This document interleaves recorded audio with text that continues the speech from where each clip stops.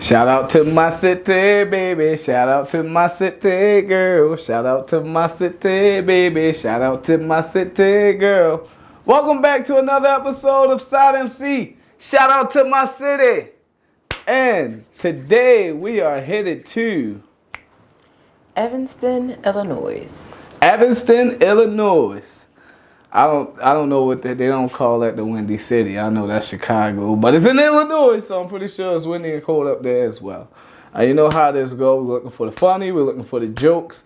My wife's gonna shoot my wife's gonna spit the facts, and we're gonna shoot the shit off of that. So without further ado, let's just jump right into it. Okay, so what kind of land do you think is there in Evanston? What kind of land? Yeah. Swamp, mushy, marsh. Absolutely correct. Hey. Prior to the 1830s, the area now occupied by Evanston was mainly uninhabited, consisting largely of wetlands and swampy forests. However, the Potawatomi Native Americans used trails along collar-lined ridges that ran in general north-south direction through the area and had at least some semi-permanent settlements along the trails. See, okay, see. Okay, all right, so they had what they call like travel points that was above the swamplands, but they had, you know, some places that was pretty decent. They had little settlements set up. Mm-hmm. But you can turn something out of marshy land. You know, we went to what was it? What I call Bikini Bottom, that part of Florida where they brought up all that land, and it was mostly marsh. It was something Springs, I want to say Silver Springs. I know that's the area. No, that's in Maryland. It was something. I called it Bikini Bottom. It was some part of Florida. We did a video on it. I can't think of it right now. But yeah, they basically a company came in and brought up all the land. You know, they thought it was useless, but a company came and brought up all the land that was all marsh and swamp, and they turned it into actual city. It was something Springs. I want to say Silver Springs. See, now you got stuck in my head, but go ahead. Okay, so remember how we did a city that was started by Mormons? Mm-hmm. So what? That was. So what religious group do you think started Evanston? No, pagans. Nope. Scientologists. Nope.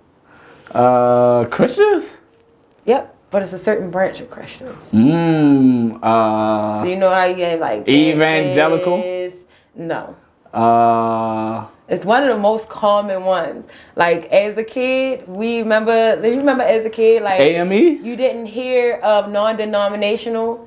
It was either AME, Methodist, or Baptist. So it's one of those three that you just named. Baptist Christians? Nope. Methodist? Yeah.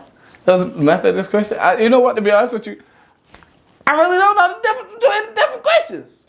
So they're all Christian, but I think it has to do with how they do church or what exactly they do. I think it's more of that because like non-denominational speak in tongues.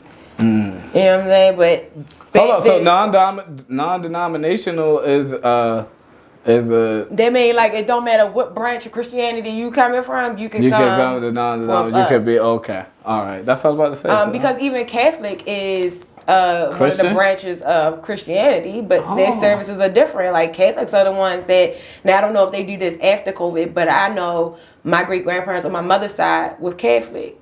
So when they died, we went to a Catholic church to do their funeral, and it was like one of them things where they call everybody up and drink from the same cup and wipe it off. See, we don't do that in Baptist, Methodist, you get your own cup. We don't do that. You get your own cracker, you get your own cup. It's not all eating off the same. Or like how in the Catholic church, I don't know what they call, but it was like a boy that walked down the aisle with like this like swinging this little thing with that smoke, like the incense coming out of it. Yeah. We don't do that in Methodist. I hope that boy is all right. Oh my God. Okay, so in 1851, a group of Methodist business leaders founded Northwestern University, which is a private research University, and it was founded in 1851, around the time they did all of this, and is one of the oldest chartered universities in Illinois and is ranked among the most prestigious academic institutions in the world. And what is it called? Northwestern University. Northwestern University, man. Shout out to, hold on, I forgot what part of Illinois. Evanston. Evanston? Okay, Evanston. All right, shout out to... So these Methodist group leaders founded Northwestern University and Garrett Biblical Institute, which is a private seminary and graduate school of theology related to the United Methodist Church. It's also located in Evanston on the campus of Northwestern. So hold on. You said their main studies is what? Seminary and graduate school of theology related to United Methodist Church. So it's like seminary school is like a seminary school is like what pastors and preachers go to before they allowed to be a practice. pastor. Yeah. So the Methodist business leaders founded Northwestern University and Garrett Biblical Institute, and they were unable to find land on the North Shore around the Lake Forest area. So the committee was ready to purchase farmland to the west of the city when a guy named Orrington Lunt, who was one of the founders of Northwestern University and was known as the father of Evanston, or the discoverer of Evanston, he insisted that these group of Methodist leaders do one final visit to Evanston.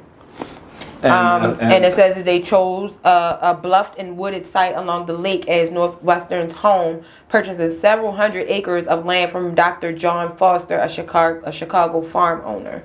Oh yeah, he sold off some of that land. What's a bluff? Is that like a cliffside or something like that? A bluff is a type of broad, rounded cliff. Most bluffs border a river, beach, or other coastal areas, and bluffs may be along a river where it meanders or curves from side to side. When you get them windy types, the water like creates its own cliff, especially over time, erosion and stuff. The water level might go down, so now you have this curved off cliff. Oh, okay. But you know what? You know what I heard in there? What? You know, to start your own city. Water. River. Right there. All right. So, okay, so they came and brought land from a farmer. Yeah.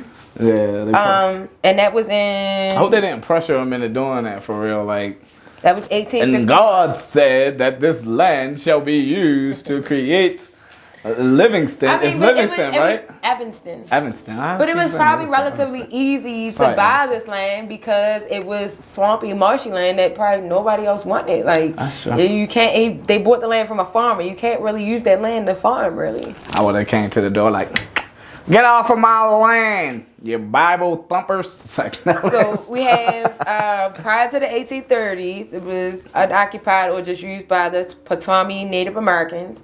1851, the Methodist business leaders bought some land. Hold up, you never said what happened to the Indians though. Because it didn't say. They probably pushed them off the land like everything else. Bullies. So now it brings us to 1854. So in 1854, the founders of Northwestern University submitted to the county judge for their plans for a city to be named Evanston after John Evans, one of their leaders. Oh, so that's where Evanston came from. Okay. Yep. And then in 1857, the request was granted. So it took them a couple years. So far, all the cities that we've done are normally named after the person that discovered them or some type of leader, except for that one we did. Some of them are named after the body of water that is near, or you know. Yeah, that's right. Like we did. Cold water or something. Cold water, something. Forgive us. Forgive me. I will be better at this, I promise. In 1863, Evanston was formally incorporated as a town on December 29th of 1863. So it took them a couple years to get, the plans and everything together. They got the infrastructure they got to build, and So this is where they start to boom a little bit. So now we're at 1871. So there was a Chicago fire. It's actually called the Chicago Fire of 1871, and it led thousands of well-to-do Chicagoans fearing because they were fearing another fire. So they pushed to Evanston and built their homes there. That was I don't know if it was because it was the marshy land, so like what's really going to set on fire type of thing, or if it was just we too crowded right here, so let's go to this new town. It was a setup. Evanston sent a couple of rogue pastors to Chicago. Because they didn't have no parishioners down there in Evanston, they go to the swamp, the Church of the Swamp, and they set fires in Chicago to bring people in. So I think it's called, what's that called? Not false flagging. It's something where you. That's the setup. That's what it is. It's okey doke. I forgot. Hold up, if y'all know the word that I'm looking for, it's basically where you plan an attack on your own like soil type shit to make it look like an accident or somebody else did it, but you really did it. So so the people that got pushed, or not got pushed, but the people that decided to relocate from Chicago to Evanston, most of them were like higher society people. So they bought their own influx because they bring in money and stuff, but then also to meet their needs, there was an influx of servants and tradesmen that swelled Evanston's population as well, because now these people need someone to work for them. Yeah, that's they're gonna follow the money. People gonna follow the money. Poor folk gonna go where them rich folk is, and rich folk need poor folk because, you know what I'm saying? Rich folk ain't flipping their own burgers. So after all of this, Evanston's African American community, which predated the Civil War, it also started growing after this. Most African Americans were employed as domestic servants or manual laborers, of course.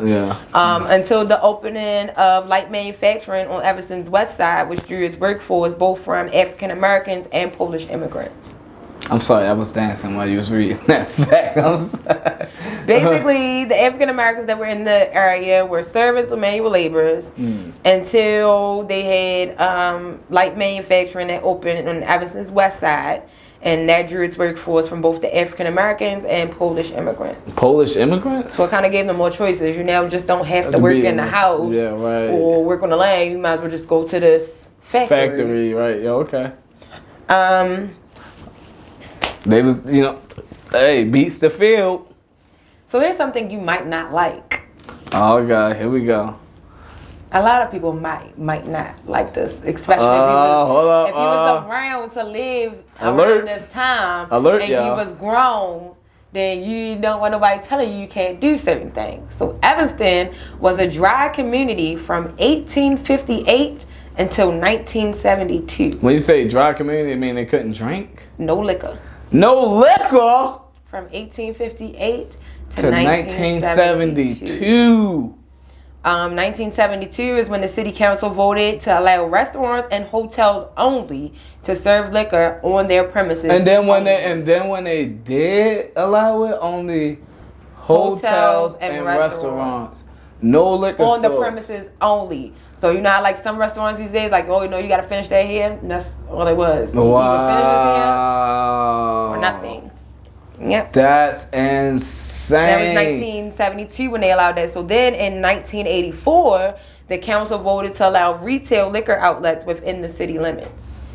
Wow. But you know why they did that? Because it's a church town or Christian, Christian influence and Christian leaders.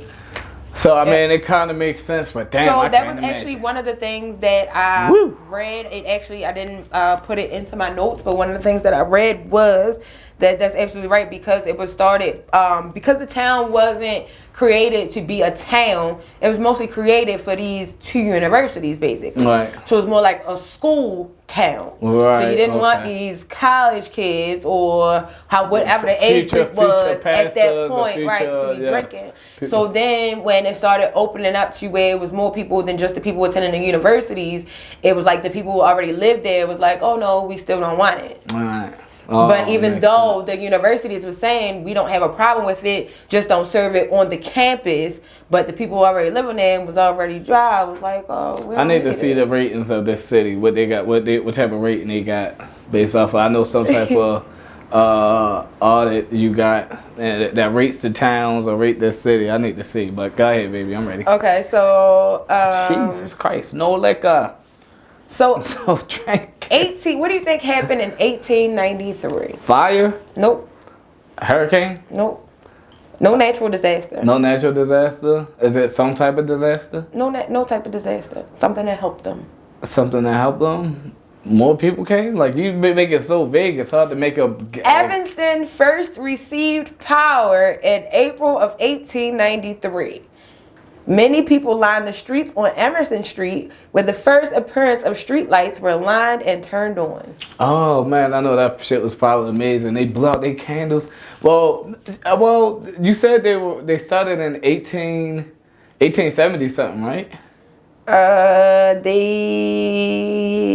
Because it wasn't that many. They bought the land in 1851. 1851. Okay, so almost 40 years. And then 1863, they were incorporated as a town. Okay, so I mean, but basically from the beginning to up until the point they had power, it was almost 40 years. So that's a long time to be walking around with candles. But it's the 1800s. So I mean, I can kind of see it and understand it, but I can imagine the excitement when them goddamn lights came on.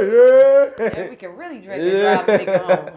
And they wasn't drinking. It's just, you know. Well, at that point they were. That's 1984. Oh, that's when they first had power? Oh, not 1893 is when they first had power, but Yeah. 1884 is when they were allowed to have their liquor outlets within the city. Oh, I limits. thought you said 1984. Make sure. Okay, 1984 is when they was all there. Yeah, so you can't drink it yet. So, but okay, yeah, because they was driving until 1972, Yeah, so yeah. 1893. Yeah. Well, Yeah, at least you it can see was- if you was a bootlegger, at least you could see what you was doing now. Yeah, that's what I was thinking that too. I know niggas was making big bread out the bootleg, bringing that whiskey up into them Evanston parts. And you know what the sad part about that is? You know, you see it in movies and we see it in a lot of stuff. It was a lot, you know, it was outlawed that you can't have liquor there. But I bet you the top motherfuckers had liquor in their houses, Of course, you know what I'm saying? They probably like a lot of times back in those days, if you were not a bootlegger yourself, like that's they have, I want to say here in Colorado and certain other places that's like deserty places actually have caves that were left around from where bootleggers needed to store their stuff. Yeah. And so like over time, like the caves got, like some people made churches and stuff out of caves, but that's what the caves was originally for. Yeah, right? man, they was Store up my there getting stuff. sauce. They bring them little, they bring somebody up there to get prayer. It's like, yeah, they open that cabinet. And I'm just thinking, Said, how "Drink is that? this." I'm thinking more of how is that possible, because a lot of times back then, because like the medical stuff wasn't where it is now, a lot of times they use liquor to disinfect or Alcohol, to drink so that yeah. you don't feel the pain. Yeah, right, so right, imagine right. getting hurt in a place like Evanston and they like, yeah, you just going to take this pain.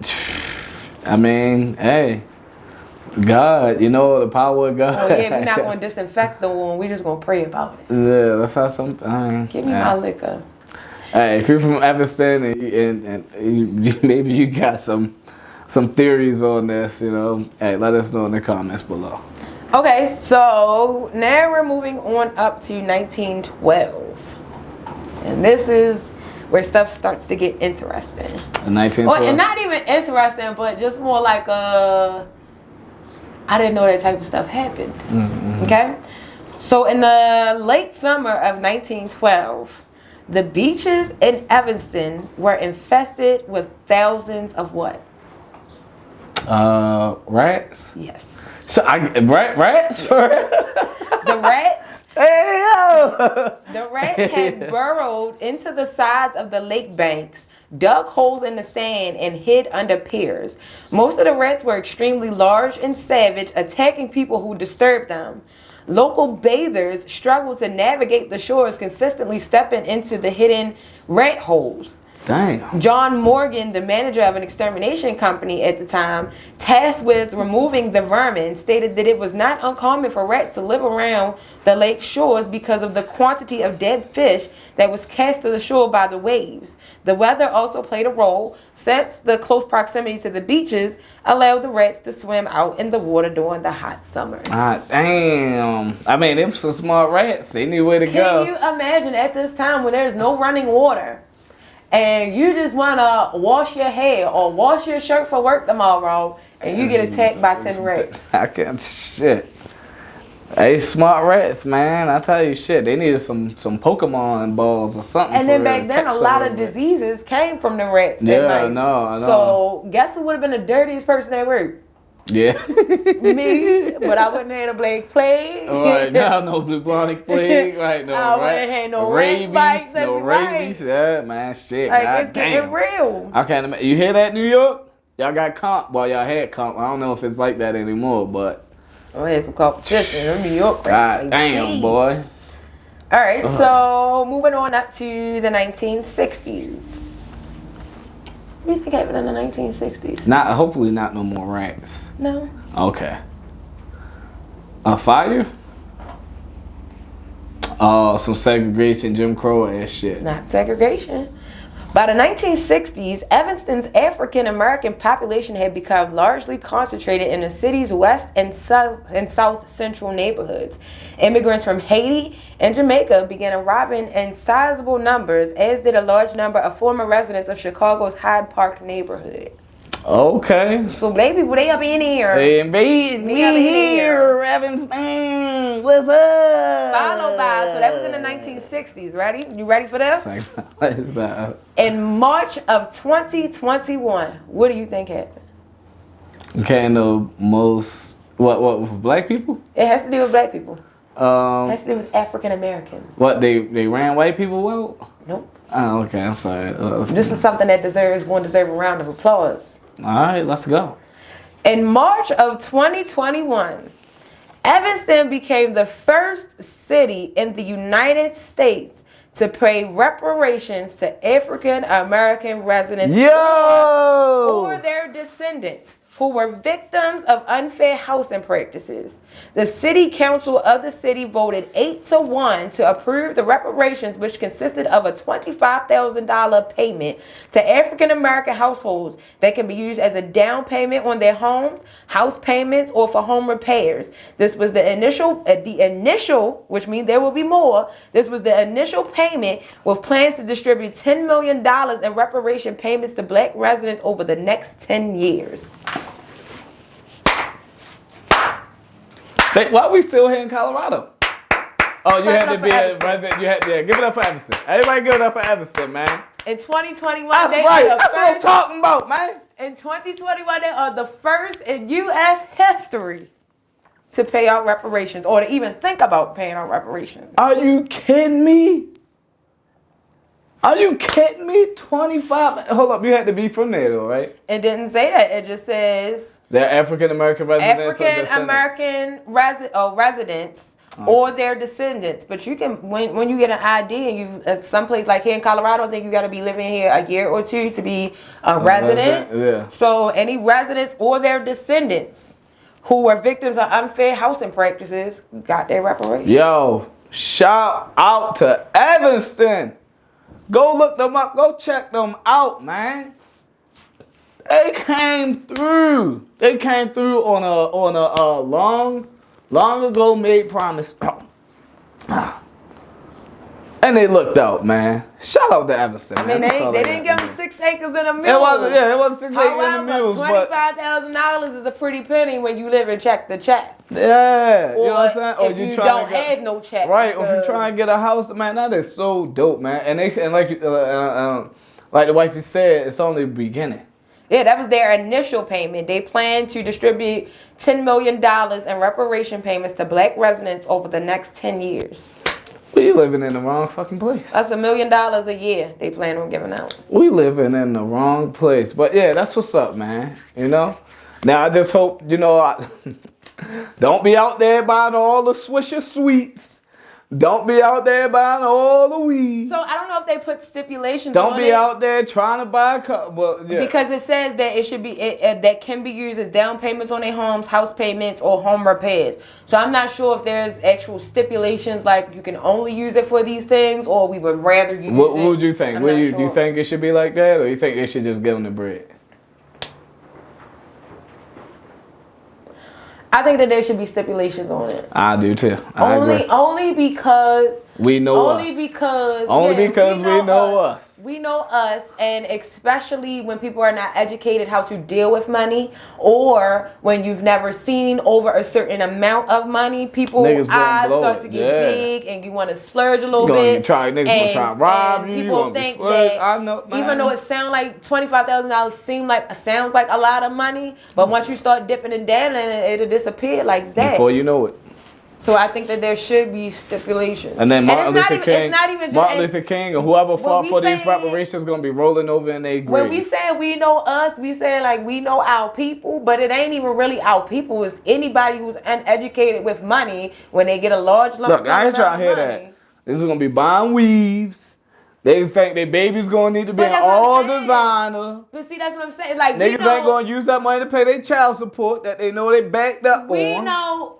I'm saying any race that has not dealt with money, anybody who has never had a large lump sum of money is gonna go crazy when they get their money. It's gonna be buying dumb shit. Nisha, we talking about Black Lives Matter, and you pulling this All Lives Matter. No, shit. I'm not. We talking about black people. Saying, I just said when we talking about we know our people, we say when we say we know us, we know our people, and I'm just saying talking about the uneducated. But just for those who might be out there like, see, black people, it's not just all us.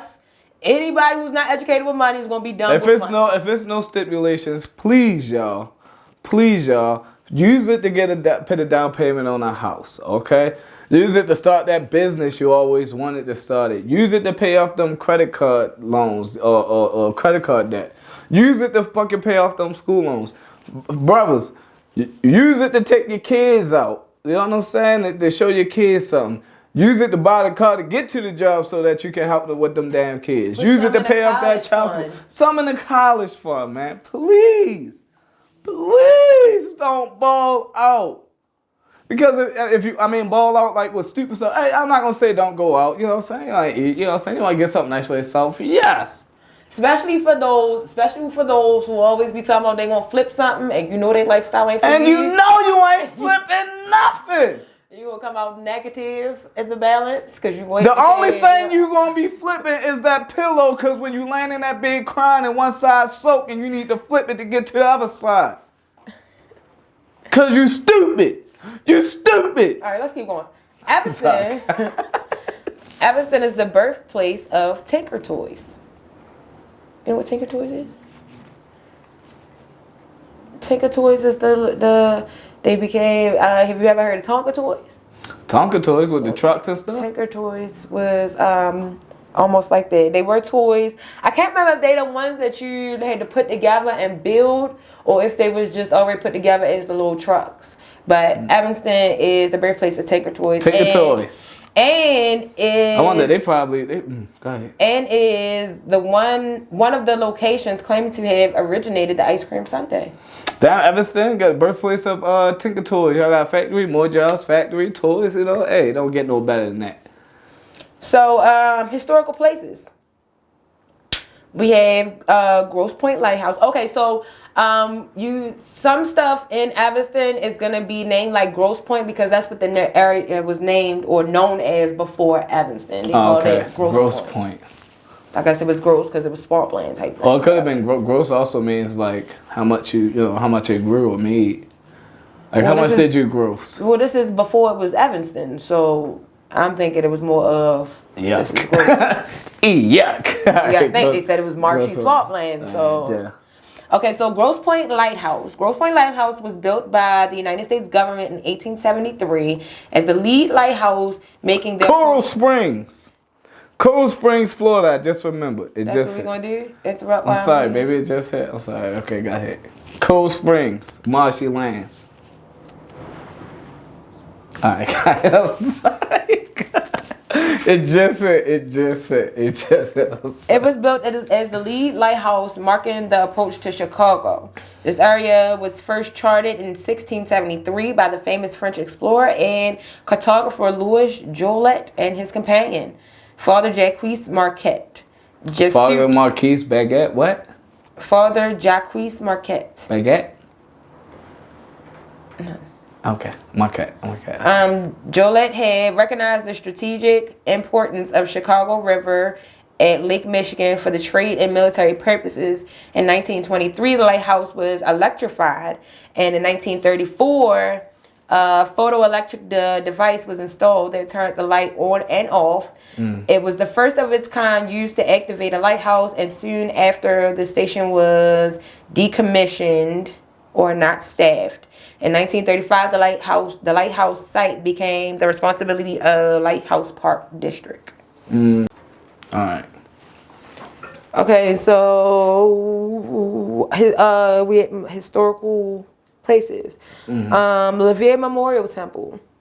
It was a vision of Billy LeVere, a temperance preacher with a key role in the history of Sigma Alpha Epsilon fraternity. I hope I don't mess that up because I know fraternities is on their stuff about their stuff. Known now as LeVere Memorial Temple.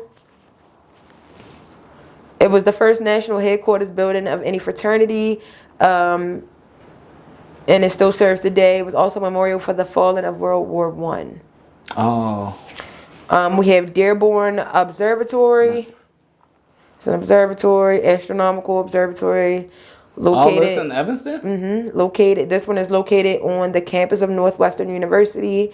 The observatory was originally constructed in 1888 through an agreement between the university and Chicago Astronomical Society.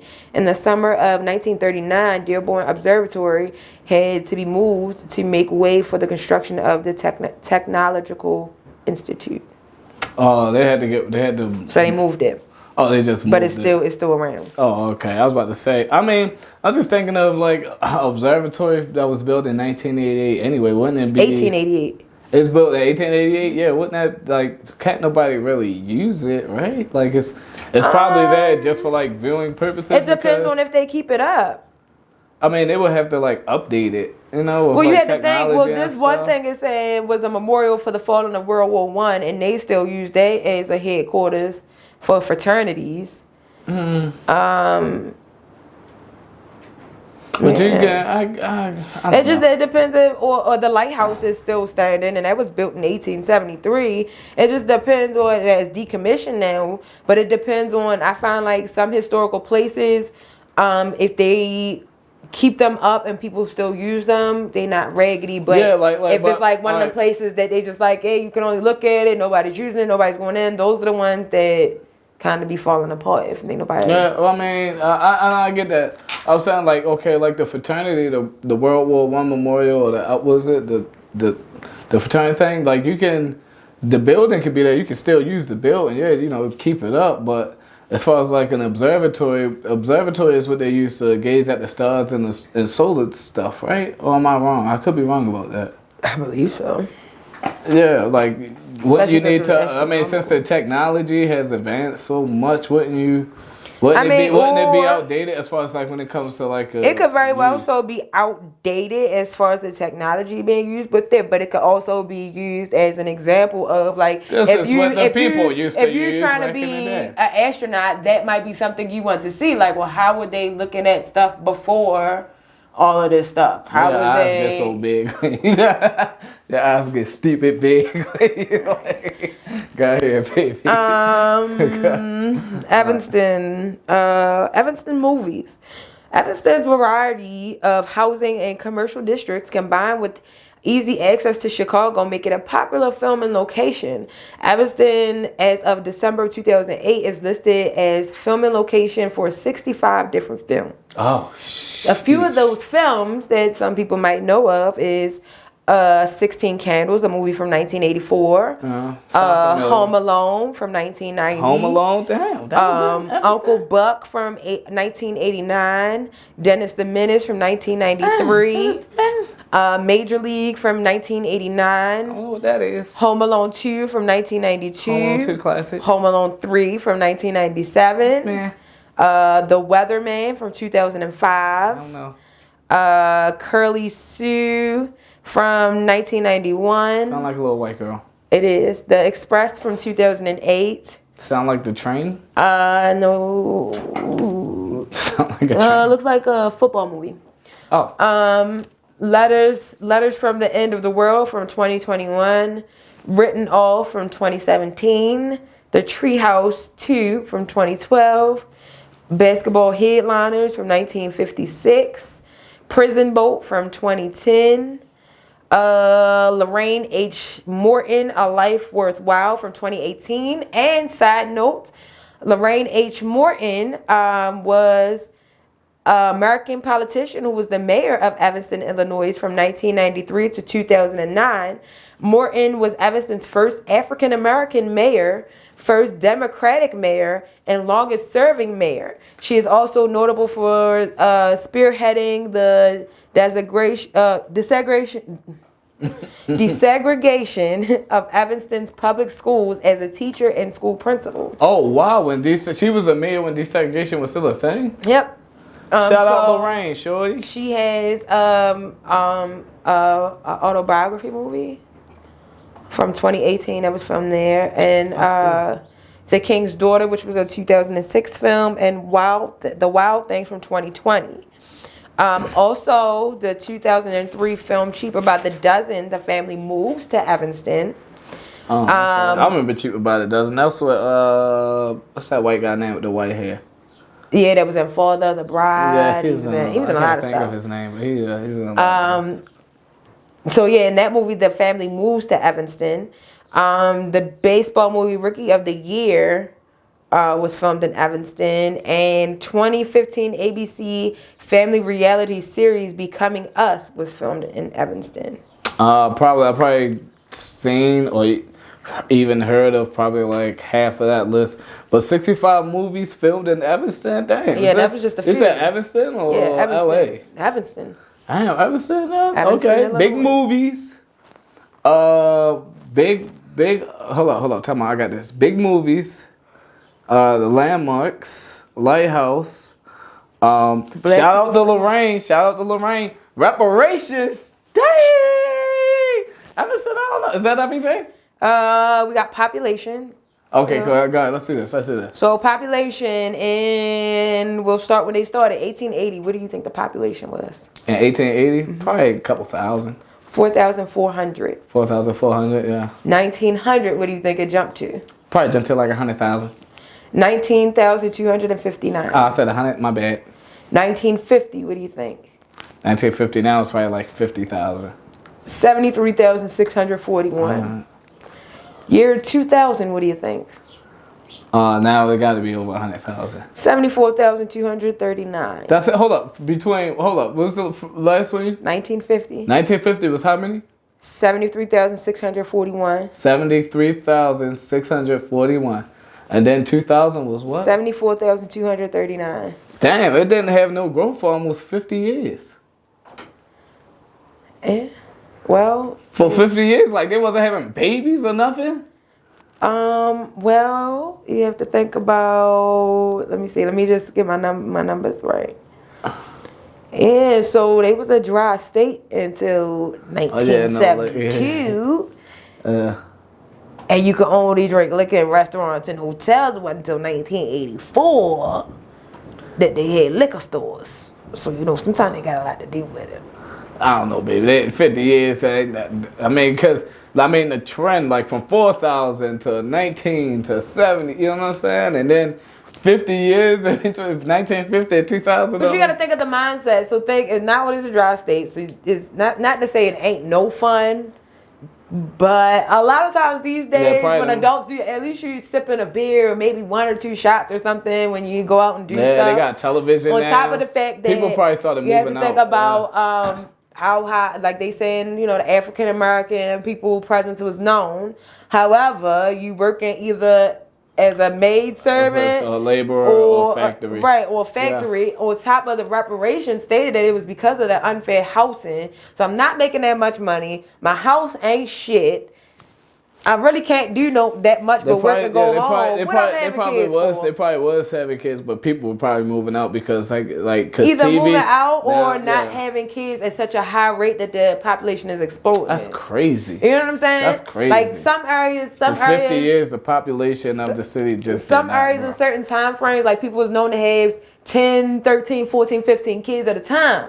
In some areas, depending on the time frame. But if I'm living in a swampy place, my house ain't shit. I'm not getting paid much. Swampy. But I'm saying I might have 1 or 2 kids, but it damn sure ain't gonna be like my cousins up north. You know what I'm saying? I would love to check it out though. Yeah. I would love to check it out someday. So 2020, where do you think the population's at? 2020, shit, maybe 100,000. 78,100. It only grew. Oh my God, what is going on in Evanston? It only grew. People moving out, people moving in. Why? Because of the gun. All right, you can't sing too much. You might get copyright. It might get copyright strike. But wow, that's probably the more interesting fact than anything you possibly say. The population. Yeah, the population just really kind of just stopped growing. From 1950 to 2020, basically, only about 8,000 people? I don't know. And maybe I'm looking at it wrong. 8,000 people is a lot. And then you have to think, like, within the population, are they counting the students at the universities? Because they're not going to be there for so long. Yeah. You know and then, we losing God in this country. But not even just that. If there is a town or city built specifically for universities where people only stand 2 to 4 years, sometimes 6, depending on what they're going for, you're not going to expect them to naturally just sit around and have kids just because they went to school there. They probably going back home and have their 12 kids at home. Well, all right, what else? Let's do some state symbols. All right, state symbols. Let's go. You want to guess some, or you want me to just tell you? I don't know what a state symbol is. Is that so that's like state flower, state bird, state tree. All right, no, just come on, just give them to me. State flower, common blue violet. State bird, northern cardinal. I need some damn pictures. Damn it, like I need. You know what? I swear, this time I'm gonna try to edit some fucking video. I'm gonna try to insert some pictures, so that y'all can see what it is. But I need some pictures. Yeah, because there was actually a website where it had pictures next to everything.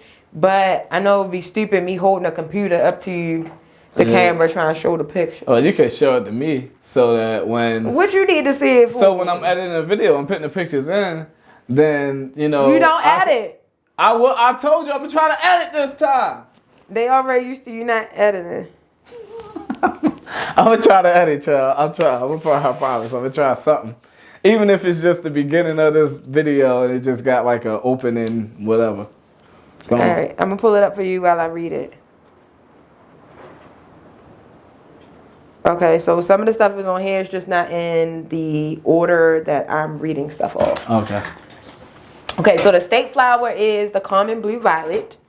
State bird is the northern cardinal. Oh, that's a dope looking bird. State tree is the white oak. Their state amphibian is an eastern tiger salamander. State animal is a white-tailed deer. State dance is square dance. Yeah. Yeah. How does Chicago State dance end up being square dancing? State exercise is cycling. Yeah, I seen that. Might say something. State fish is the bluegill. State grain is corn. State fossil is Thule monster. State fruit is gold rush apple. State insect is the monarch butterfly. State microbe is penicillin rubens. State mineral is fluorite. State pet is shelter dogs and shelter cats. I seen that. Like, that's crazy. State prairie grass is big blue stem. State pie is pumpkin pie. State reptile is the painted turtle. State snack food is popcorn. And state vegetable is sweet corn. I seen that too. They like corn. Blue is okay. That's cool, I guess. We got to figure out something else to do with that, like with the state stuff. Maybe you could give me that ahead of time.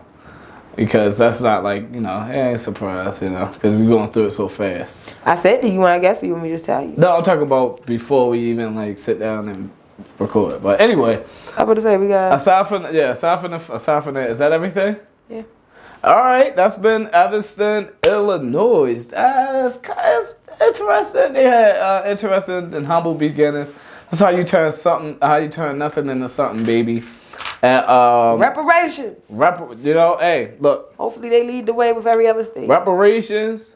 What was Shorty name? The longest running mayor that helped with segregation. Evelyn. Lorraine. No, Lorraine. Yeah, Lorraine. Shout out to Lorraine. Shout out to reparations. Shout out to being sober for X amount of years. You know, y'all helped it in. Boy, I give it to y'all. Shout out to y'all monuments. Shout out to all of that. If you're from Evanston, you know somebody from Evanston, or plan on going to Evanston, let us know what's going on with the population around there. Like, all right, yeah, we need the people go down there, investigate, are make they, sure that are they dying or are they just not having kids? You know, are they moving after they have? take Like, them what's some going stimulants on? or something. Take them some of them gas station pills, cause something ain't right. And with that being said, we're gonna wrap this thing up. We'll see y'all in the Square dance your ass out off the screen. Yeah, do your job. Square dance off the screen. Square dance? I don't know how to square dance. Baby, turn them. Oh, let me not get copyrighted. I don't know how to square dance. I was going to sing another song to you.